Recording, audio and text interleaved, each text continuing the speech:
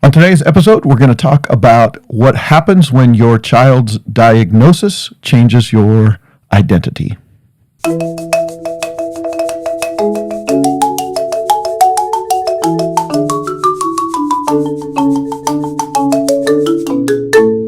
When your child's diagnosis changes your identity, or how it molds your identity. Yeah, that's probably a better way to say that. So Trent was diagnosed when he was almost 3 years old.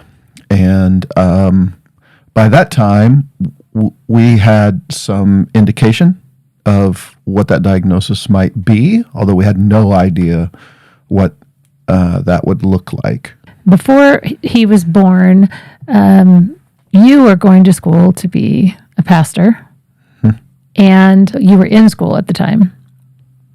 And I was trying to be a stay-at-home mom, although I had some other jobs along the way, some at home. Anyway, hadn't gotten into my career yet. I did have a bachelor's degree in elementary education, but I hadn't pursued full-time work because, well, we had a 4-year-old and a 1-year-old when I was pregnant with Trent.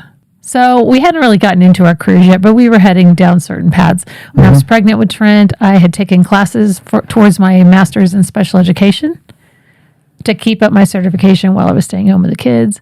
Trent was actually born when we were living in Leon. So, and I think you were pregnant when we moved there. Yes. And so that was like I had just started as the preacher at a church, small church, and Before he was born. yeah. So then he was born. I don't know, 6 months or 4 months after I'd started there, something like that. At that time, I was staying home full time with the kids. I was doing a course in medical transcription so that I could make some money at home. And then we soon after got pregnant with TJ. They're 2 years apart. Yeah. So we knew we had 2 older kids. We'd been through the kid thing. Like we'd had 2 kids grow up and so there's like we knew about milestones, we knew about things. You of course were going to school, had your bachelor's, working some on master's classes, so you had education background, so you knew what was going on, what to expect. And then we have Trent, and then then those milestone kind of things went out the window. Right. And we tried not to compare. But going back to how did that diagnosis change who we were, I feel like we were parents and we were still parents, even though he was hard.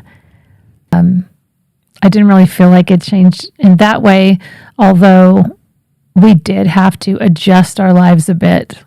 We tried our best to incorporate him into the things that we were doing, just like we did the other kids.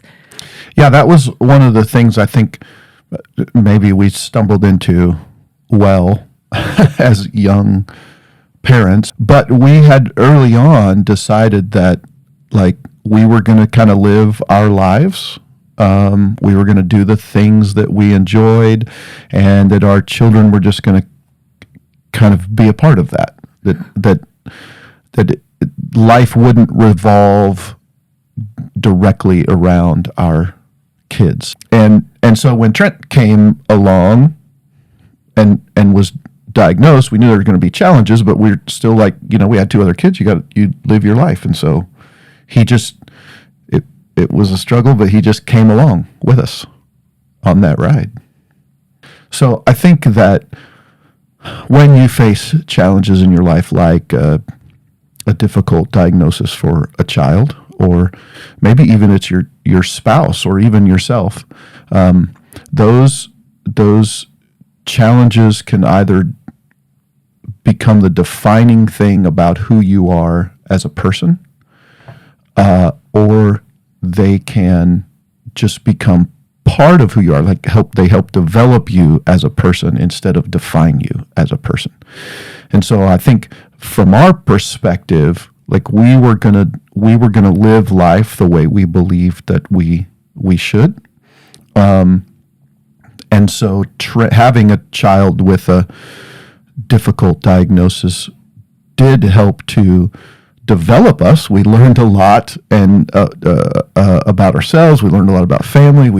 There were difficulties there, but those things help develop who we are. Certainly, I think you see that with our children. That Trent's diagnosis and our family really helped develop them. But I don't feel like we let it define us. And even today, Trent's diagnosis is it's a huge part of our lives now, with the business and all the stuff that we're doing that we never, ever intended or thought that we do like this. But right. And everybody we come into contact with, everyone in our family, everyone in our lives helps to mold us. Mm-hmm. Trent, at least I can. Right. If we allow that. But I think that we can't think too deep about if his diagnosis is defining us, because every influence in our life helps to mold who we are, and he's just a part of that.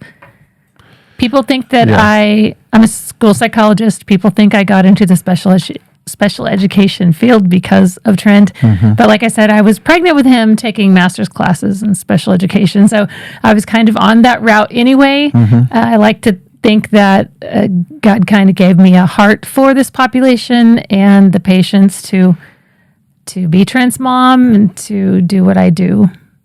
Everything that we face and every person that we have a relationship with in almost any way, shape, or form can either, I guess we go back to that, can either develop you or define you as a person. And like each and every one of us probably knows people who have overcome their diagnosis or their difficulties, and it's developed them as a person, and so they've been able to succeed and do things that maybe others thought they couldn't.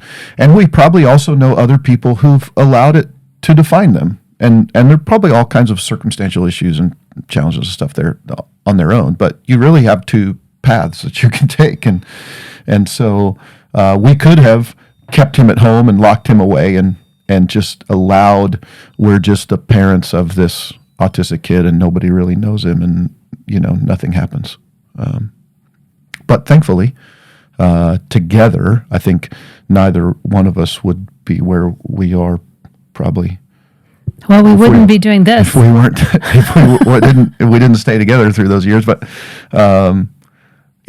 so the lesson, I guess, is no matter what you face or who you come in contact with, whatever your diagnosis or your difficulty or your challenge is, don't let that define who you are as a person. But you have to allow it to develop you to become a better person. Over the years, there were people in our lives who told us we were doing our children an injustice by not sending Trent away somewhere or shielding them from him. But if you ask any of our children, I think they'll all say that they're better people for being his sibling and having him in their lives. They learned lessons that a lot of kids never learn about patience and life being unfair and that type of thing. Yeah, we always talk about how they don't seem to be materialistic about things because he destroyed so many of the things that they cared about. So, Hey everybody, I'm Tristan Moore. I am Trent's older sister. Older by only 19 months, I believe. Is Trent part of my identity? Yes, of course. Trent is 25 right now and I'm 26 at the moment. We've always been close in age, and I think as close as someone like Trent and someone like me can get. So it's hard to have an identity outside of him, I suppose. And then that begs the question, is it okay that Trent is such a big part of my identity? I work in the autism field, and autism is in my family, obviously. And I got into the field because of Trent, because it's in our family. Not because I have an innate longing to be here. I mean, I really like what I do, and I like educating people, but do I only like that because I've experienced it before and I know what it's like to be around people who are not educated on autism? That all started because of Trent, so I do think he's a very big part of my identity. Is that okay? I don't know, it makes me think that it's not okay, because then it's like, who am I beyond Trent? If Trent wasn't how he is, I for sure wouldn't be where I am right now. But he is how he is, and that's how it is. I can't spend too much time thinking about if he wasn't how he is. But if he wasn't, my life would look a whole lot different. And I think I would be a very different person. Some things obviously would still be there, but I wouldn't have the patience that I do, and I definitely wouldn't be exactly in the job that I am, because a lot of people only listen to me because of Trent. But you know what? I think that is okay, because I have my own hobbies and my own family. And yes, Trent is a big part of my family and a big part of the reason why I am the way that I am and why I do what I do. And that just has to be okay, because I don't want to waste time thinking of a universe where this wasn't the case for my life, because it is. I'm gonna live this life that God's given me to the best of my human ability, and that includes Trent, and I'm okay with that. Yeah, I'm not gonna have him be less part of my life, I guess.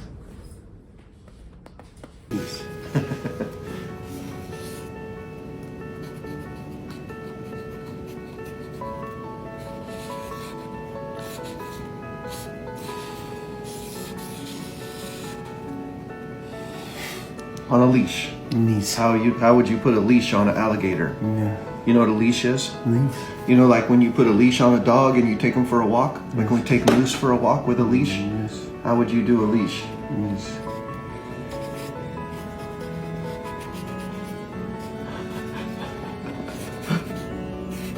Oh, it's so cute. You told him on a dog.